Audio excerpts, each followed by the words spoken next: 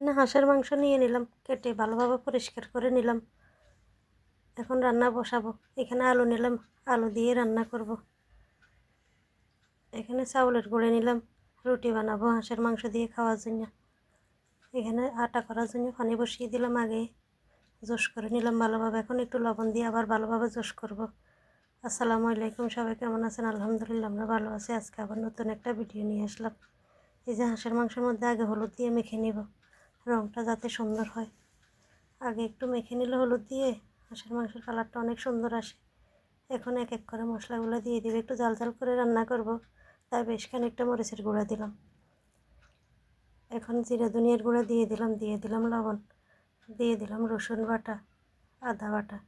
বেশ খানিকটাই রসুন বাটা দিব, যাতে হাঁসের মাংসটা খেতে একটু মজা লাগে। এই যে এখন সব মশলা মেখে নিলাম, দিয়ে দিলাম সরিষার তেল।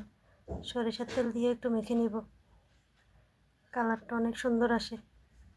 দিয়ে দিলাম পেঁয়াজ, বেশ খানিকটাই পেঁয়াজ দিলাম। দিয়ে দিলাম তেজপাতা, দারচিনি আর কয়েকটা গোটা রসুন, গোটা মরিচ। এগুলো দিয়ে এখন ভালোভাবে মেখে নেব। এখন দিয়ে দিলাম একটু সয়াবিন তেল।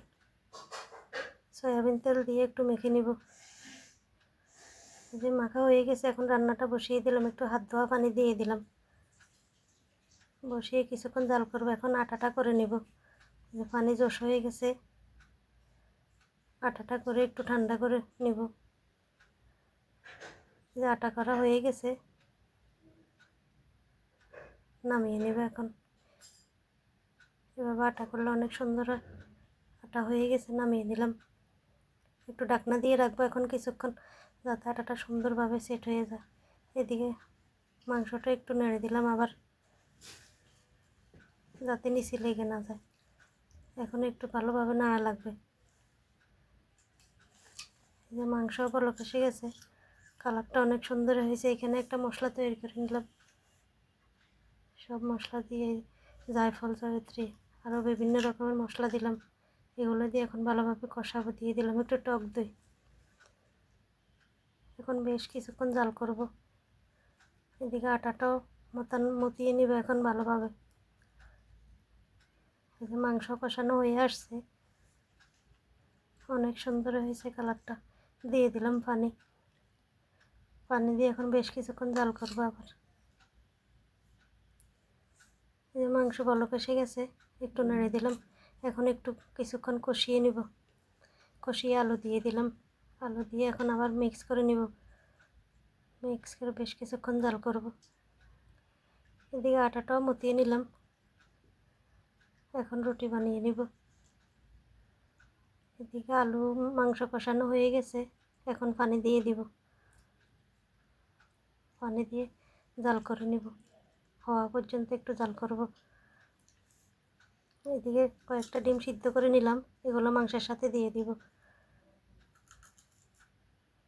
এই যে এগুলো দিয়ে একটু ভালোভাবে মিক্স করে জাল করব এখন বেশ কিছুক্ষণ। আবার মাংসর কালারটা অনেক সুন্দর হয়েছে। এই যে মাংস রান্না হয়ে আসছে, নামিয়ে নেব এখন। মাংস রান্নাও রেডি। এখন রুটিগুলো বানিয়ে সেঁকে নিব। এই চাউলের রুটি তো একটু পাতলা পাতলা করে বানাবো রুটিগুলো। এই যে অনেকগুলো রুটি বানিয়ে নিলাম, এখন সেঁকে নিব। এই যে শাঁকা হয়ে গেছে, অনেক সুন্দর হয়েছে। এই যে অনেকগুলো রুটি বানাইতে হবে, সবগুলো সেঁকে নিব। রুটি বানানো হয়ে গেছে। আজকে এই পর্যন্তই। এই যে রুটি বানানো রেডি, মাংস রেডি। এখন সবাই মিলে খেয়ে নিব। আজকে এই পর্যন্তই। সবাই ভালো থাকবেন, সুস্থ থাকবেন। যে যেখান থেকে ভিডিওটা দেখেন, ভালো লাগলে লাইক কমেন্ট করবেন। আল্লাহ হাফেজ। সবাইকে অনেক ধন্যবাদ। আসসালামু আলাইকুম।